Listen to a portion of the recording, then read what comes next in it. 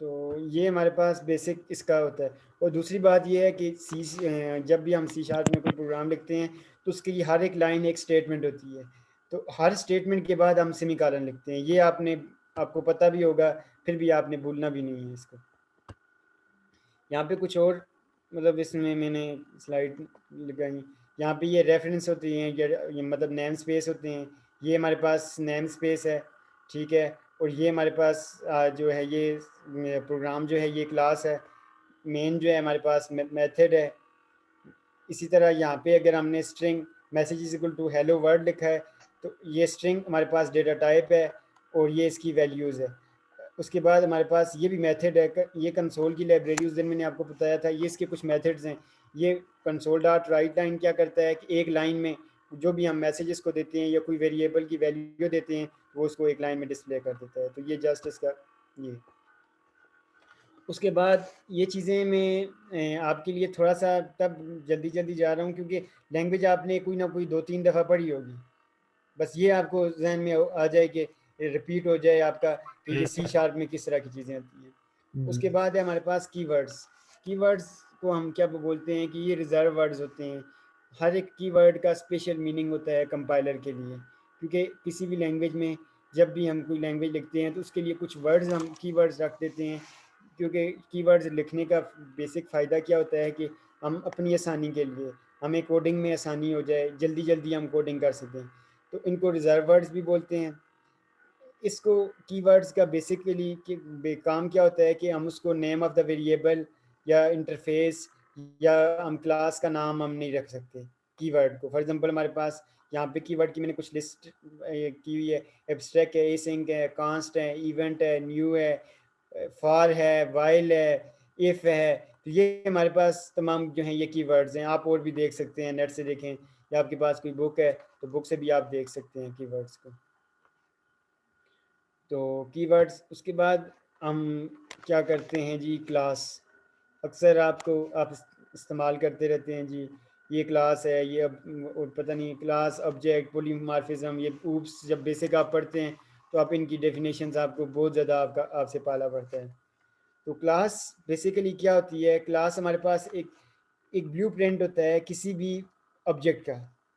तो real world में हम क्या कहते हैं कि ऑब्जेक्ट में फॉर एग्जांपल हम कहते हैं कोई कार है, कोई बाइक है, कोई मोटरसाइकिल है, कोई स्टूडेंट है, तो ये इसको हम क्लास कह सकते हैं, उसका नाम। क्लास, हर एक क्लास के कुछ एट्रीब्यूट्स होते हैं। फॉर एग्जांपल हम कहते हैं स्टूडेंट, स्टूडेंट एक क्लास है। तो स्टूडेंट्स के एट्रीब्यूट्स क्या होंगे, स्टूडेंट्स के मीन ये क्लास किस तरह काम करती है। बट स्टूडेंट्स की सबसे पहले एट्रीब्यूट उसका नाम हो गया, उसकी एज होगी, उसकी क्लास होगी, उसकी लोकेशन होगी, ये उसके एट्रीब्यूट्स हैं। फिर उसके कुछ फंक्शंस भी हो सकते हैं कि मीन के स्टूडेंट स्टडी करता है, रीडिंग करता है या कोई और काम करता है। जो काम करता है उसका एक्शन हो गया। जो उसकी मीन के जो एट्रीब्यूट्स हैं उनको हम को बोलते हैं, इसके ऑब्जेक्ट्स हैं या मीन इस एट्रीब्यूट्स हम एट्रीब्यूट ही कहते हैं। वहाँ यहाँ पे आप आपके जहन में बस अब यही अपने जहन में रखेंगे एट्रीब्यूट हैं। और यहाँ पे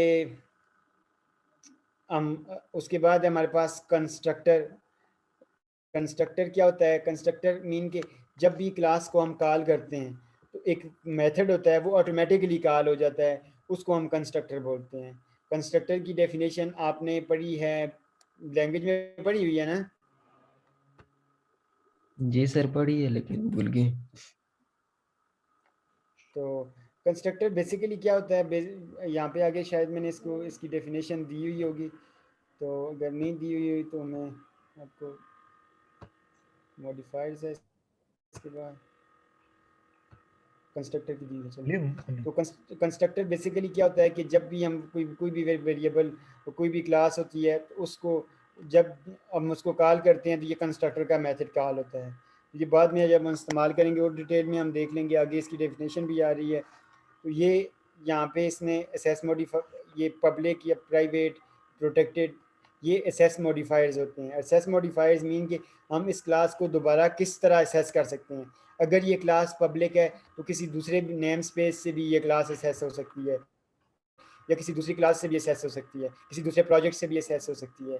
अगर ये प्राइवेट है तो ये क्लास दूसरे नेम स्पेस से एसेस नहीं हो सकती, या ये जो डेटा टाइप है हमारे पास, अगर प्राइवेट हम करते हैं तो ये दूसरी क्लास से एसेस नहीं हो सकती। इसी तरह प्रोटेक्टेड है, उसकी जो इनहेरिटेंस क्लास होती हैं, मीन के उसके जो चाइल्ड्स क्लासेस होती हैं उनमें एसेस हो सकती है, लेकिन दूसरी क्लासेस में एक्सेस नहीं हो सकती। तो ये हमारे पास एसेस मॉडिफायर्स हम इसको बोलते हैं।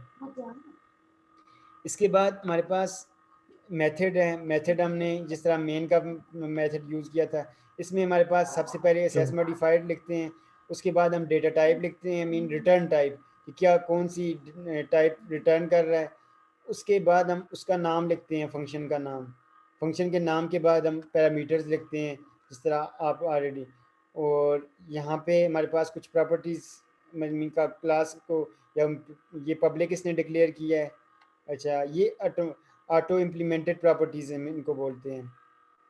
कि मीन के हमने कि ये मीन गेट और सेट हमने मीन के इसको कुछ इनिशलाइज सा हम जिस तरह हमने कर दिया है कि मीन, तो ये जब भी हम वेरिएबल्स ये इस्तेमाल करते हैं तो हम इस तरह का, मैं इसको थोड़ा सा देख लूँ।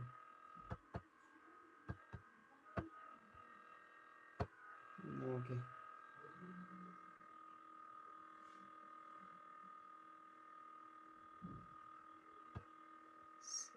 ये अल्लामा इकबाल वाले बहुत ही थर्ड क्लास का इनका सॉफ्टवेयर है, और इतना तंग किया हुआ है इन्होंने। अच्छा जी, ये कौन से 24 है आज? सर ये आप बीएड अभी कर रहे हैं? बीएड मैंने नहीं किया था ना, 22 है नहीं सर। एमएड, एमएड कर रहा हूँ, बीएड मैंने कर लिया था। अच्छा अच्छा सर, बीएड और एमएड दोनों एक साथ ही होते हैं? नहीं, एक साथ नहीं होते। बीएड होता है कि मास्टर हैं जी के एसएस मॉडिफायर्स। एसएस मॉडिफायर्स क्या होते हैं कि किसी भी way access modifiers apply to declaration of the class, या मेथड को डिक्लेयर करने के लिए, या प्रॉपर्टीज़ को, फील्ड्स को, या अदर मेंबर्स जो होते हैं उनको डिक्लेयर करने के लिए। तो ये एसेसिबिलिटी है ऑफ द क्लास मेंबर्स होते हैं, मीन के हम उनको किस तरह एसेस कर सकते हैं। इसमें हमारे पास access modifiers public, private, protected, internal होते हैं। ये हमारे पास एसेस मॉडिफायर्स होते हैं। पब्लिक क्या होता है? Public allow the any part of the program in the same assembly और another assembly to be accessed. कहता है कि इसमें हम किसी एक नेम स्पेस में, असेंबली नेम स्पेस में, या किसी दूसरी में भी हम इसको असेस कर सकते हैं, दूसरे प्रोजेक्ट में तक भी हम इसको असेस कर सकते हैं। उसके बाद है हमारे पास प्राइवेट है। प्राइवेट मॉडिफायर क्या करता है कि ये किसी भी दूसरी जगह से हम इसको एक्सेस नहीं कर सकते। उसी क्लास में, फॉर एग्जांपल हमने किसी क्लास में एक अगर प्राइवेट डेटा टाइप रखी हुई है, तो वो उसी क्लास में असेस हो सकेगी, दूसरी क्लास में असेस नहीं हो सकेगी। इंटरनल जो होता है modifier allows the program code in the same assembly to be assessed the data members. This is default assess modifiers if no modifier. Internal this is totally like private. ये private की तरह का होता है, इसमें भी उसी क्लास में ही असेस होता है। अगर हमने किसी को असेस मॉडिफायर, किसी डेटा टाइप को असेस मॉडिफायर नहीं दिया हुआ, तो वो क्या कंसिडर होगा? इंटरनल या प्राइवेट ही कंसिडर होगा। दूसरा हमारे पास प्रोटेक्टेड है। Protected modify allow the code in the same class or the class that derives from the class। कहते हैं कि ये प्रोटेक्टेड का बेसिक काम क्या होता है कि या तो उसी क्लास में तो इस्तेमाल होगा ही होगा, लेकिन उसमें से अगर दूसरी क्लास इनहेरिट की हुई है, उसके जो चाइल्ड हैं उन चाइल्ड में भी इस्तेमाल हो सकेगा। जबकि प्राइवेट बेशक चाइल्ड है, चाइल्ड प्राइवेट में इस्तेमाल नहीं होगा। इसके बाद कंस्ट्रक्टर है। A class have the parameterized or non parameter less constructors। कहते हैं कि बाज़ कंस्ट्रक्टर्स हमारे पास होते हैं कि जिसमें हम कोई पैरामीटर वगैरह भी दे सकते हैं। पैरामीटर मीन के जो हमारे पास फंक्शन होता है ना, फंक्शन के अंदर जो हम वैल्यूज़ दे देते हैं। फॉर एग्जांपल ये अगर फंक्शन है तो ये एज अ फंक्शन इस्तेमाल हो रहा है, तो इसके अंदर हम जो वैल्यूज़ देते हैं इनको पैरामीटर्स बोलते हैं। Constructor will be called when you create an instance of a class. कहता है कि जब भी हम उसका इंस्टेंस क्रिएट करेंगे उस वक्त हमारे पास कंस्ट्रक्टर कॉल होगा। Constructor can be defined by using assess modifier and class name. Constructor को हम किस तरह डिफाइन करते हैं? असेस मॉडिफायर्स लिखते हैं और क्लास का नाम लिखते हैं, बस ये दो चीज़ें हम लिखते हैं। तो ये कंस्ट्रक्टर। उसके बाद हमारे पास कंस्ट्रक्टर की बॉडी होती है। कंस्ट्रक्टर हम क्यों इस्तेमाल करते हैं कि बज़ दफ़ा हमारे पास sir ji instance of class क्या होता है सर? बोलें। Instance of a class. Instance of class का मतलब ये होता है कि क्लास का ऑब्जेक्ट हम क्रिएट करते हैं। फॉर एग्जांपल कोई भी क्लास हम यहाँ पे मैं बताता हूँ आपको कि ये हमारे पास एक मेन का फंक्शन की तरह ये क्लास है ना, एक प्रोग्राम की क्लास है हमारे पास। तो यहाँ पे हम एक क्लास एक रखता हूँ,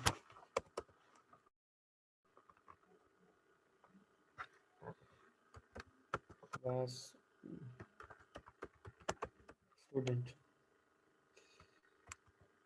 स्टूडेंट की क्लास है। यहाँ पे टीचर की हम इसका रोल नंबर ये हमने इसको डिक्लेयर किया, एक डेटा टाइप रख एक इसका ऑब्जेक्ट बना दिया है।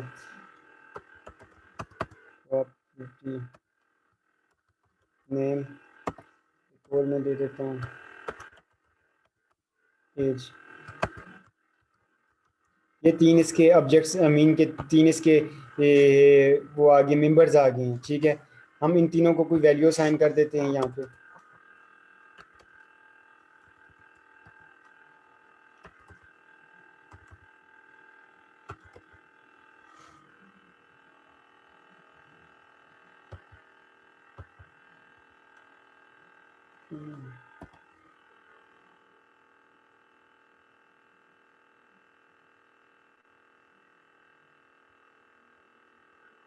चलें इधर भी इसको वैल्यू नहीं असाइन हो सकती, सिंपल इसको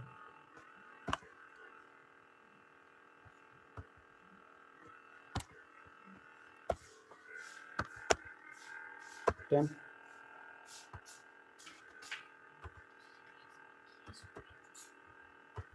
मेहमान जी कर दिए।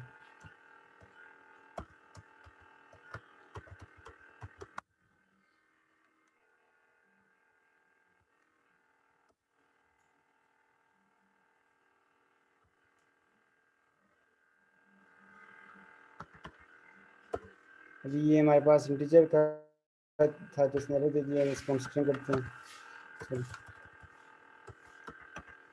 स्ट्रिंग, और ये हम इसको पेज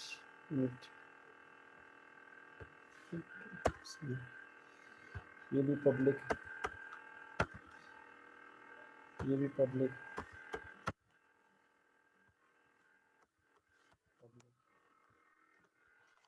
अच्छा, अभी हम ये स्टूडेंट्स की कोई क्लास है, इसको हम एक्सेस करते हैं। तो इसको एक्सेस करने का तरीका क्या है हमारे पास,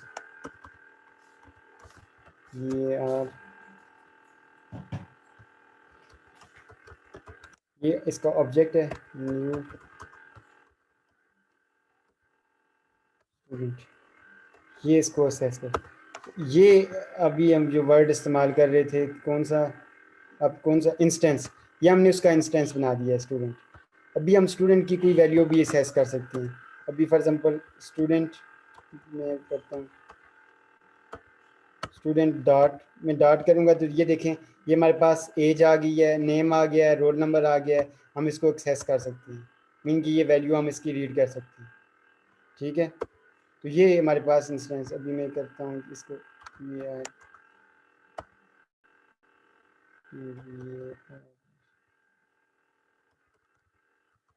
रोल नंबर ये रोल नंबर हमने एक्सेस कर दिया। इसी तरह नेम हम एक्सेस कर सकते हैं, ये दूसरी क्लास में से हमने एक्सेस किया। अभी यही अगर हम एक और चीज़ हमने पढ़ी थी, अगर हम इसको प्राइवेट कर देते हैं, यहाँ पे कौन सा मैंने एक्सेस किया हुआ है रोल नंबर ना, तो इस रोल नंबर को मैं प्राइवेट कर देता हूँ, ये प्राइवेट हो गया। तो जब ये प्राइवेट होगा तो यहाँ पे ये देखें आपको एरर दे रहा है, मीन कि is inaccessible due to the protection level. कहते हैं कि हम आप उसको एक्सेस नहीं कर सकते क्योंकि ये प्रोटेक्शन लेवल है, मीन कि आपने कोई प्रोटेक्शन लगा दी है इसके ऊपर। तो इसी तरह जब हम यहाँ पे अगर क्लिक करेंगे तो ये हमें अभी एज शो हो रही है, नेम शो हो रहा है, जबकि रोल नंबर शो नहीं हो रहा। तो ये हमारे पास तरीका होता है इंस्टेंस। जब भी हम ये इसका इंस्टेंस जब हमने क्रिएट किया ना, इसमें जो इसका जो कंस्ट्रक्टर है ये ऑटोमेटिकली कॉल हो जाएगा। जब ये कंट्रोल यहाँ पे आएगा ना, इसका इंस्टेंस क्रिएट कर, तो ऑटोमेटिकली ये हमारे पास कंस्ट्रक्टर होगा, कंस्ट्रक्टर में हम कुछ भी वैल्यू दे सकते हैं। तो कंस्ट्रक्टर को हम इस्तेमाल आमतौर पे हम इसलिए करते हैं कि कभी कभी हमें अगर किसी भी क्लास में हमें अगर कोई लिस्ट वगैरह इस्तेमाल करनी हो, तो लिस्ट बाय डिफ़ॉल्ट क्योंकि नल होती है अगर वैल्यू ना हो उसमें, अगर लिस्ट हमारे पास नल आ रही हो कंस्ट्रक्टर में, हमें उसको अगर इनिशियलाइज हमने नहीं किया तो फिर वो क्या होगा कि nullable objects must have values, इस तरह का हमारे पास कोई एरर आएगा। तो ये हम जब प्रैक्टिकल कर रहे होंगे आपको और ज़्यादा इसकी समझ आ जाएगी। एरर हमारे पास आ जाता है तो हम क्या करते हैं, वहाँ पे उसको इनिशियलाइज कर देते हैं। ठीक है, तो ये कंस्ट्रक्टर का और भी इसके फ़ायदे होंगे, मैं देख के नेट से आपको बता दूंगा या आप खुद सर्च भी कर सकते हैं। मैंने जो इस्तेमाल किया है इसको, क्योंकि जब भी मैं लिस्ट इस्तेमाल करता हूँ किसी क्लास में तो उसको इनिशियलाइज करने के लिए इस्तेमाल करता हूँ, डिफ़ॉल्ट उसको कोई वैल्यू असाइन करने के लिए। उसके बाद हमारे पास मेथड क्या होता है कि हमारे पास कि कोई भी काम, फॉर एग्जांपल हमने प्लस करने, अभी मेथड का हम कुछ कर लेते हैं। यहाँ पे हमारे पास ये क्लास है, स्टूडेंट की क्लास है, पब्लिक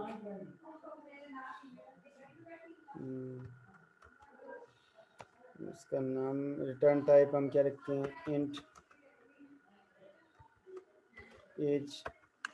एज गेट एज का मैं मेथड लिखता हूँ, गेट एज।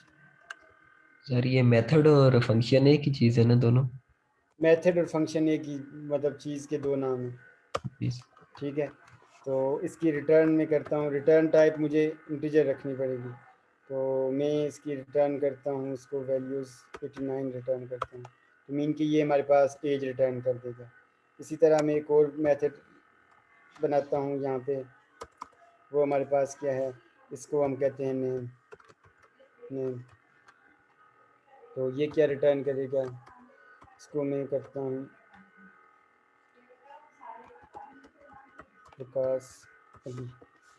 तो ये रिटर्न टाइप हमने इंटीजर रखी हुई थी, तो हम रिटर्न कर रहे हैं क्या, स्ट्रिंग कर रहे हैं, तो इस इधर भी हमने क्या लिखना है, स्ट्रिंग रखना है। ठीक है, तो ये नेम, हमने इसको नेम क्योंकि हमने कोई इस्तेमाल किया हुआ है, डेटा टाइप इस्तेमाल की हुई है, इसको हम दोबारा फंक्शन का नाम, student already contains the definition of name, क्योंकि नेम की डेफिनेशन हमने पहले की हुई है, तो हम यहाँ पे क्योंकि फंक्शन है तो हम इसको करते हैं गेट नेम। ये दो फंक्शन है, इन दो फंक्शंस को हम कॉल किस तरह कर सकते हैं यहाँ पे, ये हमारे पास हम कहते हैं G names is equal to student dot get age. ये देखें, ये गेट एज और गेट नेम हमारे पास दो फंक्शन इसके आगे।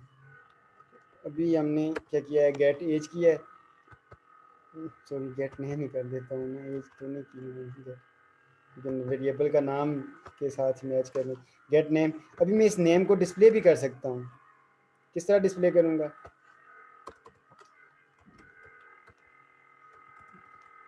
console.log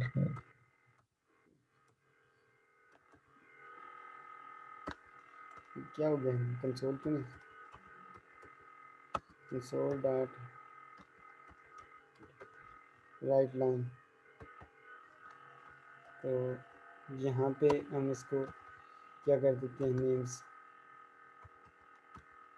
ये नेम्स, ये इस तरह भी हम कर सकते हैं, ये वाला जो हमने यूज़ किया है इसको डायरेक्ट हम इस तरह भी कर सकते हैं, इस तरह भी ये नेम को क्या कर देगा, डिस्प्ले कर देगा, इसकी ज़रूरत ही नहीं। तो मैं रन करता हूँ आपको, क्योंकि टाइम हमारे पास लेस देन 1 मिनट रह गया है, तो प्लीज़ मैं आपसे रिक्वेस्ट करता हूँ, HTML की मैं रिक्वेस्ट में ज़्यादा मैं इंसिस्ट आपको इसलिए नहीं कर रहा था, देखिए ये वकास अली डिस्प्ले हो रहा है, क्योंकि वहाँ पे अगर आप उसकी प्रैक्टिस ना भी करें तो आपके जहन में होता है, लेकिन ये सी जो हमारे पास ये लैंग्वेज हम कर रहे हैं, इसकी प्रैक्टिस लाजमी करें। नेट से भी कोई और ट्यूटोरियल्स हैं वो देखें, बार बार इसकी प्रैक्टिस करेंगे, क्योंकि एक लैंग्वेज, मैं कहता हूँ ना, आपको सिर्फ एक लैंग्वेज आ जाए तो दुनिया की हज़ारों लैंग्वेज आप सीख सकते हैं। लैंग्वेज के बेसिक कंसेप्ट आपको आ जाएं तो आपको कोई मसला नहीं होगा। आप इसके बाद आप PHP में जा सकते हैं, आप